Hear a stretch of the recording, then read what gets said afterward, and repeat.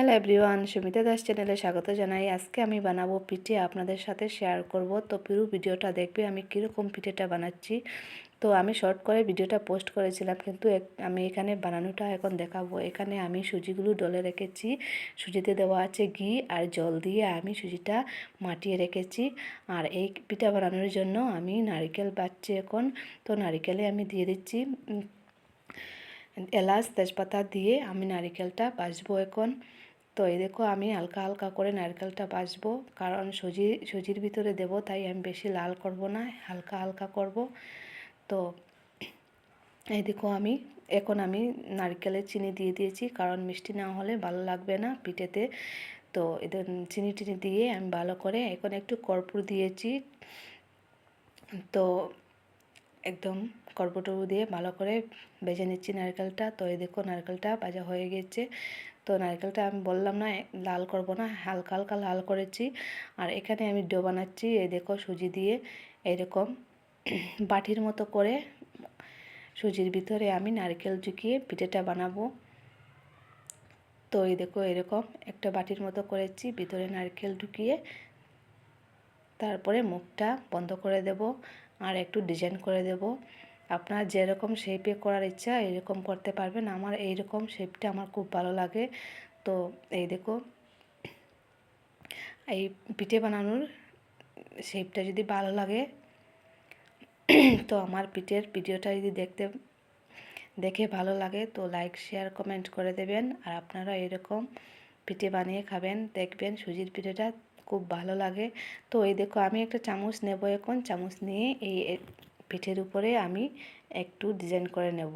তো এই দেখো আমি পাতার মতো, আমার এই ডিজাইনটা খুবই বেশি ভালো লাগে। আমি যখনই এই পিঠে বানাই তখন এরকম ডিজাইন করে দেই। আর একটা হচ্ছে রসমালাই পিঠে সুজি দিয়ে। তো এই দেখো আমি রসমালাইয়ের মতো একটা লম্বা ডিজাইন করে নিচ্ছি। এই দেখো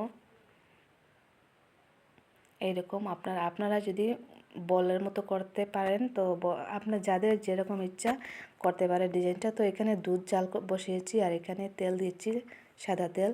পিঠেগুলো ভাজবো আর এখানে দুধের মধ্যে দিয়ে দিচ্ছি চিনি। ওই রসমালাই পিঠে বানানোর জন্য দুধের শিরাটা হচ্ছে ওইদিকে, আর এদিকে আমি হালকা হালকাভাবে, একদম হালকাভাবে, বেশি লাল করব না, হালকা হালকা করে ভেজে তারপরে এই দুধের শিরার মধ্যে দিয়ে দেব। তো এই দেখো একদম হালকা করে ভেজেছি, বেশি লাল করেছি না, লাল করলে সুন্দর দেখাবে না। তো এই দেখো দুধের মধ্যে ঢেলে দিয়েছি, আরও কয়েকটা ভেজে নিচ্ছি। এরকম হালকা হালকা করেই ভাজতে হবে।